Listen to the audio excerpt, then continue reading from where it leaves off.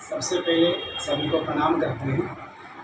विश्व गीता प्रतिष्ठानम उज्जैनी के अंतर्गत यह शाखा पिछले 2 वर्ष से विवेकानंद हायर सेकेंडरी स्कूल से प्रारंभ होकर घर घर पहुंच रही है। गीता स्वाध्याय, जैसा कि हमारे गीत के माध्यम से स्पष्ट है, घर घर गीता का प्रचार हो, सदाचार और सद्व्यवहार हो।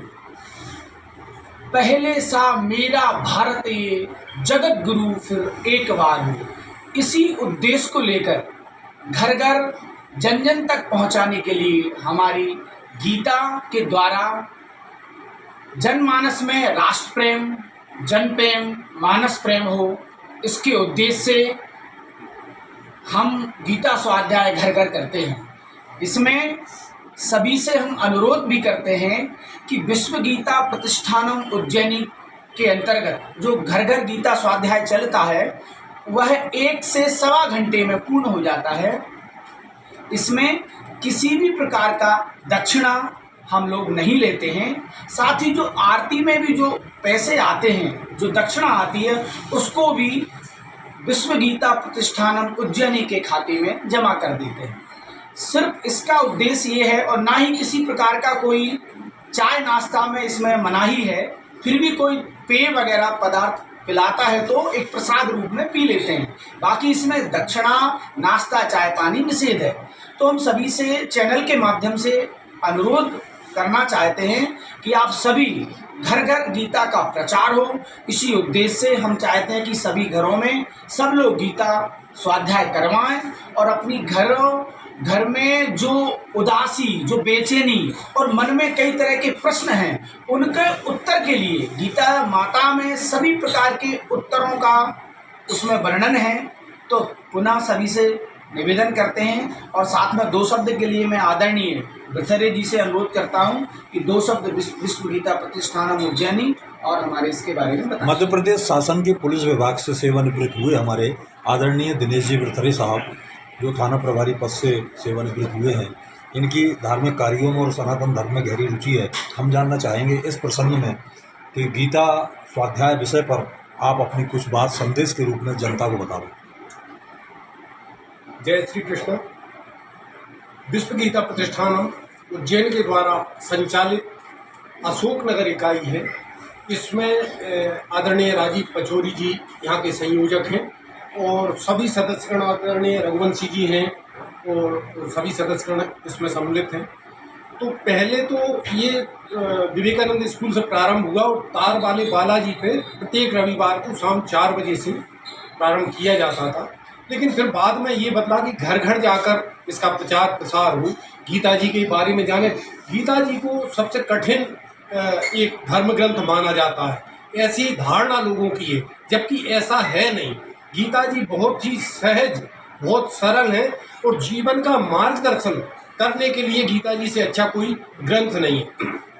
सभी का उद्देश्य ये है कि गीता जी जो है राष्ट्रीय ग्रंथ ही नहीं बल्कि विश्व ग्रंथ के रूप में मान्य हो और सभी इसका ज्ञान अर्जन इससे करें, अपने जीवन को सफल बनाएं। अपने जीवन में जो क्लेश है, अपने जीवन में जो बुराइयां आ गई हैं, अपने जीवन में जो नशे की प्रवृत्ति आ गई है, अपने जीवन में जो एक कायरता उत्पन्न हो गई है, जैसे कि आज के प्रसंग में आया कि भगवान ने अर्जुन से कहा कि जी नपुंसकता मत दिखलाओ और गांडीव को धारण करके युद्ध करो। तो हम भी उसी उद्देश्य को लेकर चल रहे हैं कि अपने जीवन से राष्ट्र बड़ा होता है, हम मिटते हैं तब राष्ट्र खड़ा होता है। गीता केवल हमको पूजा करना नहीं, गीता केवल हमको पाठ करना नहीं, गीता केवल तिलक लगाना, चोटी बांधना, ये चीज़ें ये तो भारतीय संस्कृति में सहज स्वाभाविक है। लेकिन गीता हमें सिखाती है कि राष्ट्र की रक्षा हम कैसे करें, समाज की रक्षा हम कैसे करें और हम कैसे अपना अच्छा जीवन यापन करें। और गीता हमारे राजीव जी के नेतृत्व में गांव-गांव तक पहुंच गई है। आज चंदेरी में भी गीता जी का प्रसार हो रहा है, चंदेरी में भी गीता स्वाध्याय होता है, ईसागढ़ में भी हो रहा है, पिपरेसरा में भी हो रहा है, रावसर में भी हो रहा है, पिपरई में हो रहा है, मुंगावली में हो रहा है, बहादुरपुर में हो रहा है। मतलब सभी धीरे धीरे हमारा उद्देश्य ये है कि केवल ग्राम ही नहीं बल्कि घर घर तक गीता का प्रचार हो। इस चैनल का ये पब्लिक मंच आपसे ये जानना चाहता है इस प्रसंग पर कि गीता जी का जो प्रारंभिक जो प्रथम अध्याय है ये अर्जुन विषाद योग के नाम से प्रचारित किया गया है और अर्जुन विषाद योग के नाम से हम उन्हें जानते हैं। तो जब गीता जी का पहला श्लोक पहला अध्याय ही विषाद को लेकर के आया है तो फिर जीवन में प्रसाद कहाँ से मिलेगा? हाँ, बहुत अच्छा प्रश्न आपने किया है कि ये विषाद योग है। अर्जुन ने अपने गांडीव को रख दिया। अर्जुन ने जब देखा कि सामने मेरे भीष्म पितामह खड़े हुए हैं जिनने मुझे गोदी में खिलाया है, सामने मेरे गुरु द्रोणाचार्य जी खड़े हुए हैं जिन्होंने मुझे धनुष बाण की अस्त्र शस्त्रों की शिक्षा दी है, मैं उनसे कैसे युद्ध कर सकता हूँ?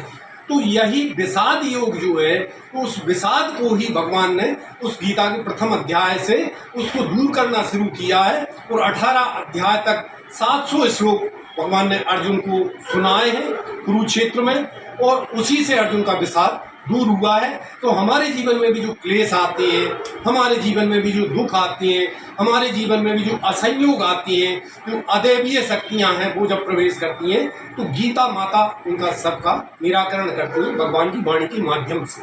Thank you sir.